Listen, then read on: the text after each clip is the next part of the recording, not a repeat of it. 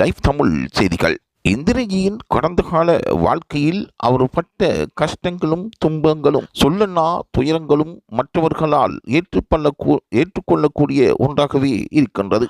அவரின் பாரிய முயற்சியினால் அவர் தனது எதிர்காலத்தை தீர்மானித்திருக்கின்றார். இது தொடர்பாக அவரின் தந்தையிடம் லைவ் தமிழ் செய்திகள் கேட்டறிந்த பொழுது அவர் கண்ணீருடன் தனது கதையை கூறியிருந்தார். வார்த்தைகளால் வர்ணிக்க முடியாத வறுமையில் அந்த குடும்பம் வாடிக்கொண்டிருக்கின்றது. எதிர்காலத்தில் என்ன நடக்குமோ என்று தெரியாத நிலையில் இந்திரஜிக்கு இவ்வாறான முயற்சி தானாக ஏற்பட்டதாக கூறுகின்றார்கள்.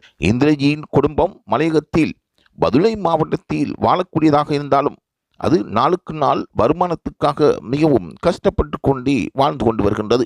ஆகவே இந்த நிலை காலத்துக்கு காலம் ஏற்படாமல் இருப்பதற்கு தான் முயற்சியில் இறங்க வேண்டும் என்று தனக்கு விரும்பிய இசைத்துறையை அவர் தேர்வு செய்திருந்தார். ஆகவே அவரின் இசைத்துறை தேர்வுக்கு அங்கிருக்கின்ற பெற்றோர்களும் அவருடைய குடும்பத்தினரும் ஆதரவு வழங்கியிருந்தார்கள். அவரின் முயற்சிக்கு வெற்றியாகவே அவர் சரிகமப நிகழ்ச்சியில் கலந்து கொள்வதற்கு வாய்ப்பு கிடைத்திருப்பதாக அந்த பெற்றோர்கள் கூறியிருப்பது குறிப்பிடத்தக்கதாகும். ஆகவே இந்திரஜி தொடர்பாக தொடர்ந்தும் லைவ் தமிழ் செய்திகள் அவதானித்துக் கொண்டே இருக்கின்றது என்று கூறுவது மிகையான ஒன்றல்ல. ஆகவே இந்திரஜி தொடர்பான செய்தியை பெற்றுக்கொள்வதற்கு லைவ் தமிழ் செய்தியுடன் இணைந்திருங்கள்.